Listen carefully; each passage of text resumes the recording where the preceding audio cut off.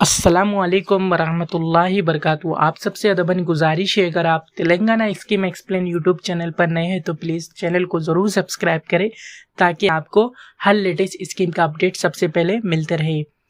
आज हम बात करने वाले हैं एक बहुत ही इम्पॉर्टेंट अपडेट के बारे में। राजीव युवा विकासम स्कीम के अंदर टोटल 6.6 लाख एप्लीकेशन रिजेक्ट हो चुके हैं। आखिर क्यों इतना ज़्यादा एप्लीकेशन रिजेक्ट हुए, किस बेस पे लोगों को डिसक्वालीफाई किया गया है और क्या कांग्रेस गवर्नमेंट अपने प्रोमिसेस को पूरा कर रही है या नहीं है, हम इस पर डिस्कस करेंगे। और साथ ही साथ हम ये डिस्कस करेंगे ये एप्लीकेशन रिजेक्ट क्यों हुए और क्या रीज़न से बैंक को एप्लीकेशन रिजेक्ट करना पड़ा, तो हम इस वीडियो में डिस्कस करेंगे। सबसे पहले थोड़ा स्कीम का बैकग्राउंड समझते हैं। राजीव युवा विकासम स्कीम तेलंगाना गवर्नमेंट का यूथ वेलफेयर प्रोग्राम है, जिसका एम था कि बेरोजगार नौजवान को फाइनेंशियल सपोर्ट दिया जाए। इसमें लोन और अलाउंस दोनों प्रॉमिस था।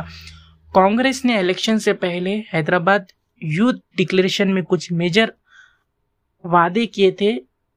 2 लाख गवर्नमेंट जॉब्स एक साल में, 4,000 monthly unemployment allowance, youth commission के establishment, interest free loan up to 10 lakh बोलकर ये कांग्रेस गवर्नमेंट यूथ डिक्लेरेशन के टाइम पर वादे किए थे। लेकिन अब तक इनमें से कोई प्रॉमिस पूरी तरह से इम्प्लीमेंट नहीं हुए और ये स्कीम अभी भी पेंडिंग है। ये स्कीम को अभी तक पूरा तेलंगाना में इम्प्लीमेंट नहीं किया गया है। अब बात करते हैं मेन इंपॉर्टेंट टॉपिक पर। आखिर क्यों एप्लीकेशंस वेरिफिकेशन के टाइम पर रिजेक्टेड क्यों है और कितने सारे लोग एप्लीकेशन में सेलेक्ट हुए और कितने सारे लोग को एप्लीकेशन को रिजेक्ट कर दिया गया है बैंक की तरफ से। तो सबसे पहले मैं आपको ये अपडेट देना चाह रहा हूँ। पूरे तेलंगाना में 16,23,000 एप्लीकेशंस इस स्कीम के लिए गवर्नमेंट ऑफिशियली ने 15,53 लाख एप्लीकेशन वेरीफाई कर चुके हैं। वेरिफिकेशन के दौरान पहले ही स्टेप में 1,69,000 एप्लीकेशन रिजेक्ट कर दिया गया है। बाद में जब एप्लीकेशंस बैंक के पास या बैंकर के पास गए तो बैंकर्स भी सिबिल स्कोर और फाइनेंशियली हिस्ट्री चेक करके वहां से 4,90,000 एप्लीकेशन और रिजेक्ट हो गए हैं। टोटल मिला के अब तक 6,06,000 एप्लीकेशन रिजेक्ट हो गए हैं। मतलब 45% लोगों को इस स्कीम का बेनिफिट नहीं मिल रहा है।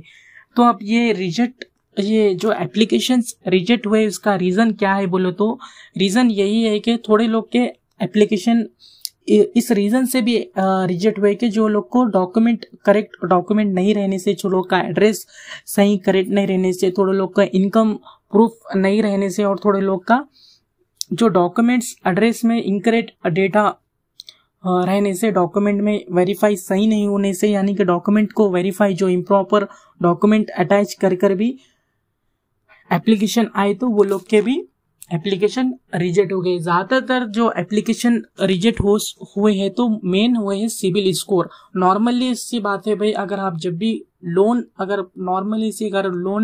अगर आप लेंगे तो मेन सिबिल स्कोर आपको मैंडेटरी है। जब भी आप लोन लेंगे तो अगर आपका सिबिल स्कोर अच्छा रहेगा तो चाहे आपकी कौन सा भी बैंक होगा तो आपको बैंक अप्रूव लोन के लिए अप्रूव देंगे। तो हम मेन टॉपिक पर अब बात करने चाह रहे हैं कि इसका रीज़न जो ज़्यादातर एप्लीकेशंस रिजेक्ट हुए तो वो सिबिल से ही रिजेक्ट हुए। यानी कि जो बैंकर्स के पास एप्लीकेशंस आए तो बैंकर्स क्या करें, credit information bureau India limited के डिपार्टमेंट को एप्लीकेशंस फॉरवर्ड करे और वो लोग को बोले कि भाई वो इन लोग का चेक फाइनेंशियल हिस्ट्री क्या है, वो लोग का टाइमली रिपेमेंट है या नहीं है, या चेक बाउंस है या नहीं है बोल के वो डिपार्टमेंट को आपकी डिटेल्स वहां पर फॉरवर्ड करे। अब ये सिविल्स डिपार्टमेंट यही चेक करते हैं कि भाई अगर आपका फाइनेंशियल स्टेटस जो है आप लोग का टाइमली आपका रिपेमेंट होता या नहीं। जब भी अगर आपके नाम पे लोन्स है, आप कितने लोन्स लिए और लोन लेने के बाद टाइमली आप पेमेंट करें या नहीं करें, या इसको पेमेंट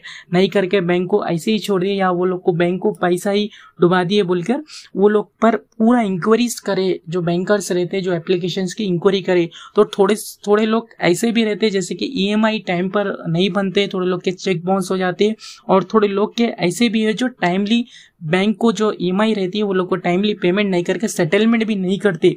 तो ऐसे एप्लीकेशंस को रिजेक्ट कर दिया गया बैंकर की तरफ से। और साथ ही साथ बैंकर्स के भी सवाल है गवर्नमेंट के हुकूमत के सामने, ये भी सवाल कर रहे कि भाई इन लोग का सिबिल स्कोर सही नहीं है और उन लोग का टाइमली पेमेंट हिस्ट्री भी सही नहीं है। टाइमली पेमेंट हम इनका रिकॉर्ड चेक करें तो इन लोग का जो एप्लीकेशंस जो इतने भी आए हैं हमारे पास, इन लोगों के टाइमली रिपेमेंट हिस्ट्री सही नहीं है, ईएमआई टाइम पे नहीं है, और जो लोन्स भी है वो लोग है उन लोग का पूरा क्रेडिट स्कोर परसेंटेज बहुत कम है। तो उन लोग को लोन कैसा दिया जाएगा?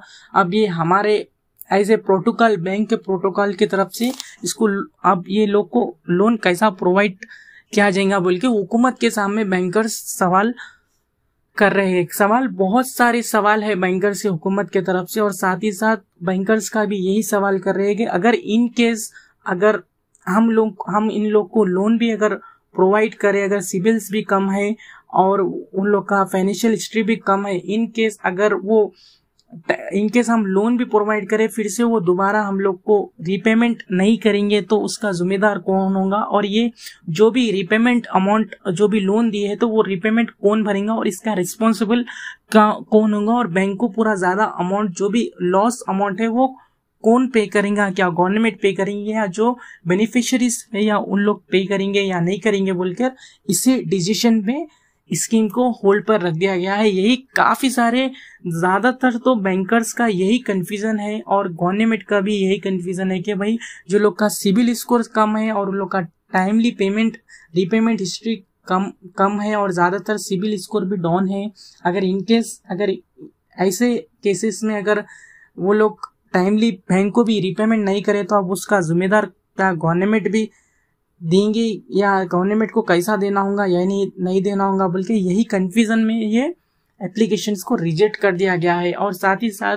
भी मैं आपको ये भी अपडेट देना चाह रहा हूँ, जो एप्लीकेशंस रिजेक्ट किए गए हैं 1 लाख जो मैं आपको बोला, तो वो एप्लीकेशंस के अभी गवर्नमेंट की तरफ से ऑफिशियली वो लिस्ट को डिक्लेयर नहीं किया गया है, तो आप सभी लोग वेट करें। अभी तक तो ये स्कीम सारे तेलंगाना में और काफी सारे डिस्ट्रिक्ट में भी इम्प्लीमेंट नहीं हुई। यही रीजन से जो बैंकर्स और हुकूमत के बीच यानी तेलंगाना गवर्नमेंट के बीच में यही डिस्कशन चल रहा है। तो दोस्तों ये आपको मेजर अपडेट देना चाह रहा हूँ, यही रीजन से आपका राजीव युवा विकासम स्कीम के काफी सारे लोग के एप्लीकेशंस रिजेक्ट हो चुके हैं।